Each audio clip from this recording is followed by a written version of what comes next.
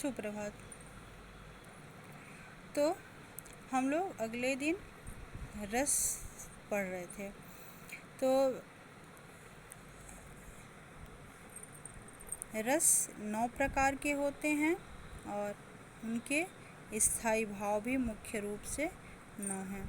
कुछ विद्वान भगवत रति और संतत रति के आधार पर 2 अन्य रस भी मानते हैं, जिसे हम भक्ति रस और वात्सल्य रस कहते हैं।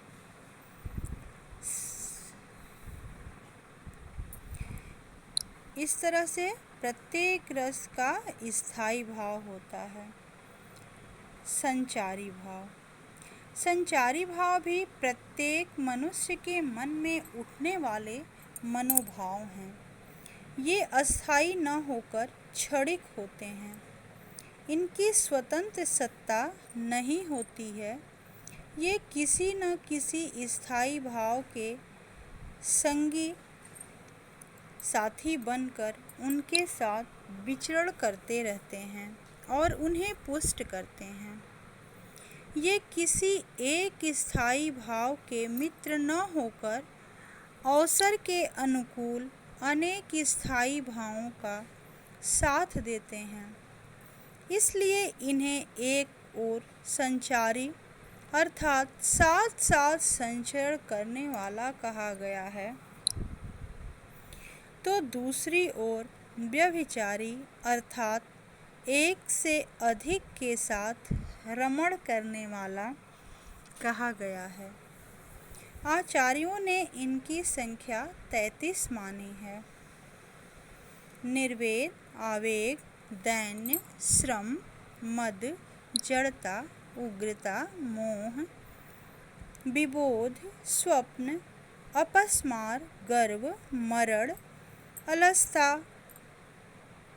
अमरस, निद्रा, अवहित्या, औत्सुक्य, उन्माद, शंका, स्मृति, मति, व्याधि, संत्रास, लज्जा, हर्ष, असूया, विषाद, धृति, चपलता, ग्लानि, चिंता, वितर्क। इस तरह ये 33 जो हैं संचारी या व्यभिचारी भाव हैं। फिर आता है दूसरे नंबर पे विभाव। जागृत भाव जागृत करने के कारण, यानी कि जिसके कारण भाव जागृत होता है उसे विभाव कहते हैं। कहानी या कविता के पात्र, घटनाएं, स्थितियां वे विभाव हैं जिन्हें देखकर पाठक के हृदय में भाव जागृत होते हैं। अतः साहित्य में व्यक्त संसार ही विभाव है। विभाव के 2 भेद हैं, आलंबन विभाव और उद्दीपन विभाव। आलंबन विभाव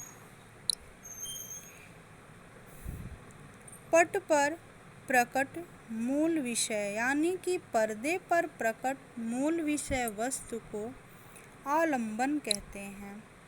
उदाहरणतया पट पर राधा और कृष्ण के प्रेम को देखकर भाव जागृत होते हैं। अतः राधा और कृष्ण आलंबन हैं। आलंबन के पुनः 2 भेद हैं, आलंबन और आश्रय। आलंबन वह जिसे देखकर भाव जागृत होता है वह आलंबन होता है, और जिसके हृदय में आलंबन को देखकर भाव जागृत होते हैं, उदाहरणतया राम को देखकर सीता के हृदय में प्रेम उत्पन्न हुआ, तो जिसको देखकर होता है वह आलंबन होता है और जिसके हृदय में प्रेम उत्पन्न हो रहा है वह आश्रय है। फिर है उद्दीपन। आलंबन विभाव को पूर्ण परिपक्व अवस्था तक पहुँचाने के लिए कुछ स्थितियाँ सहायक के रूप में सामने आती हैं। जैसे राधा और कृष्ण के प्रेम में एकांत स्थान, मनोरम स्थल, नायिका का श्रृंगार या प्रेम भरी उक्तियाँ, ये सब भाव को उद्दीप्त करते हैं, अतः इन्हें उद्दीपन विभाव कहते हैं। फिर तीसरा है अनुभाव। आश्रय की चेष्टाओं को अनुभाव कहते हैं। इनसे सूचना मिलती है कि आश्रय के हृदय में विशेष अनुभूति क्रियाशील हो चुकी है। कृष्ण को देखकर राधा का लजाना, आंखें झपकाना, कृष्ण की ओर लपकना आदि अनुभाव हैं। इस तरह से स्थायी भाव, विभाव, अनुभाव और संचारी भाव का जब संयोग होता है तभी रस की निष्पत्ति होती है। अगर इन चारों का संयोग आपस में नहीं होगा तो रस की निष्पत्ति नहीं होती है। तो इस तरह से स्थायी भाव, विभाव, अनुभाव और संचारी भाव के संयोग से रस की निष्पत्ति होती है। रस के भेद। अब है रस के भेद।